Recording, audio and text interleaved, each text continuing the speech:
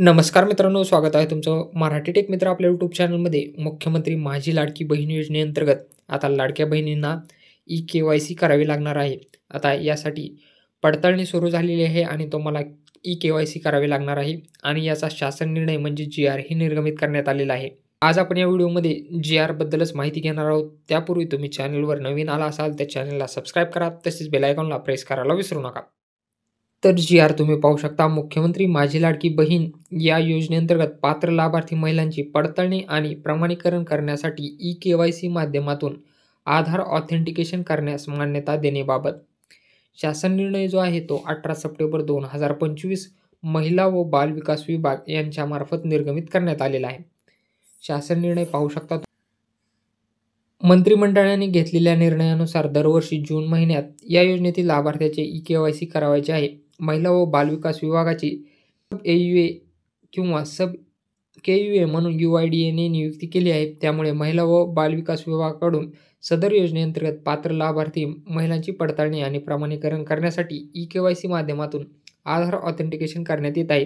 त्या अनुषंगाने मुख्यमंत्री माझी लाडकी बहीण या योजनेच्या वेब पोर्टलवर ई-के-वाय-सीची सुविधा उपलब्ध करून देऊन सदर योजनेअंतर्गत पात्र लाभार्थी महिलांची पडताळणी आणि प्रमाणीकरण करण्यासाठी ई-के-वाय-सी माध्यमातून आधार ऑथेंटिकेशन करण्याची बाब शासन विचाराधीन होती.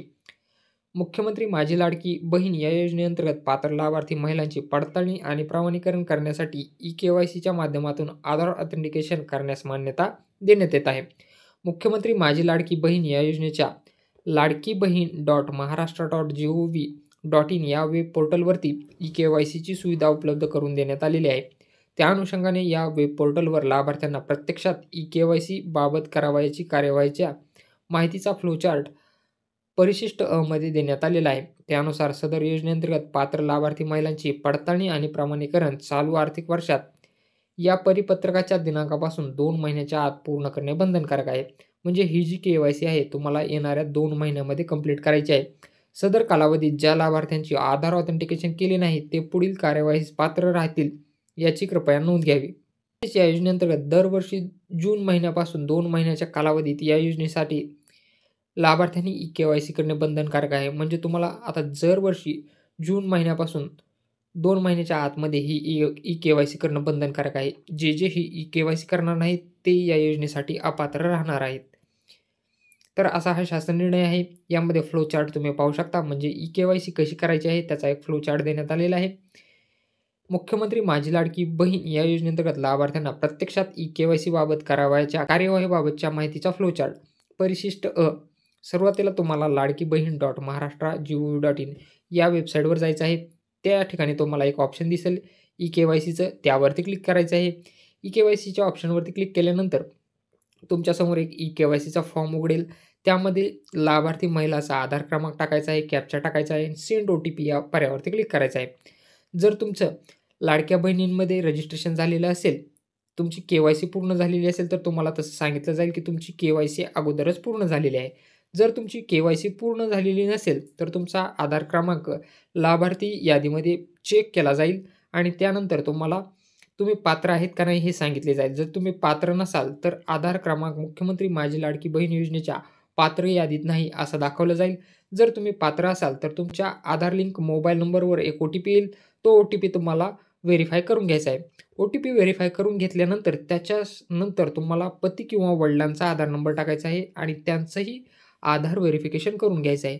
सुरुवातीला महिलेचा आधार नंबर टाकायचा आहे. त्यानंतर महिलेच्या आधार लिंक मोबाईलवर एक OTP येईल.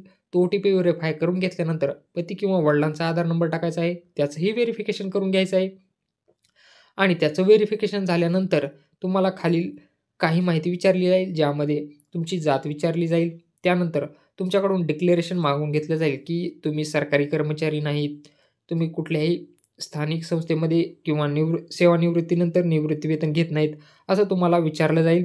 त्यानंतर 2 नंबरचा ऑप्शन फार महत्त्वाचा आहे. तुम्ही पाहू शकता, माझ्या कुटुंबातील केवळ एक विवाहित आणि एक अविवाहित महिला लाभ घेत आहे. इथं तुम्हाला होय किंवा नाही विचारलं जात आहे. म्हणजे आता जर तुमच्या कुटुंबामध्ये 2 विवाहित महिला याचा लाभ घेत असतील तर त्यामधील एका महिलेचा लाभ बंद होऊ शकतो.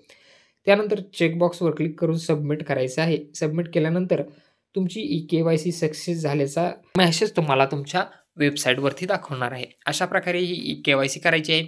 वेबसाईटवरती ई-के-वाय-सी सुरू झाल्यानंतर त्याचाही व्हिडिओ आपण टाकणार आहोत. ई-के-वाय-सीची प्रोसिजर सोपी आहे. यामध्ये तुम्हाला काय करायचं आहे, महिलेचा आधार नंबर टाकायचा आहे. महिला जर पात्र असेल तर त्यानंतर आधार संलग्न मोबाईल नंबरवर एक ओ-टी-पी येईल. तो ओ-टी-पी व्हेरिफाय करून घ्यायचा आहे. त्यानंतर पती किंवा वडिलाचा आधार नंबर टाकायचा आहे. त्यावरती एक ओ-टी-पी येईल. तो व्हेरिफाय करून घ्यायचा आहे. त्यानंतर तुमची कास्ट निवडायची आहे. डिक्लेरेशन ॲक्सेप्ट करायचं आहे. सबमिट करून तुमची ई-के-वाय-सी पूर्ण करून घ्यायची आहे. ई-के-वाय-सी सुरू झाल्यानंतर येणाऱ्या 1 ते 2 दिवसांमध्ये लगेचच आपण याचा व्हिडिओही पब्लिश करणार आहोत. त्यामुळे चॅनलला सबस्क्राईब करा. तसेच लाडक्या बहिणीसोबत या व्हिडिओला नक्की शेअर. के-वाय-सीचं ऑप्शन तुम्हाला या वेबसाईटवरतीच दाखवलं जाणार आहे. ladkibhin.maharashtra.gov.in इथं तुम्हाला ई-के-वाय-सीचे ऑप्शन दाखवले जाईल. येणाऱ्या 1 ते 2 दिवसांमध्ये हे ऑप्शन सुरू होईल. त्यानंतर ई-के-वाय-सी कशी करायची याची माहिती आपण घेणार आहोत.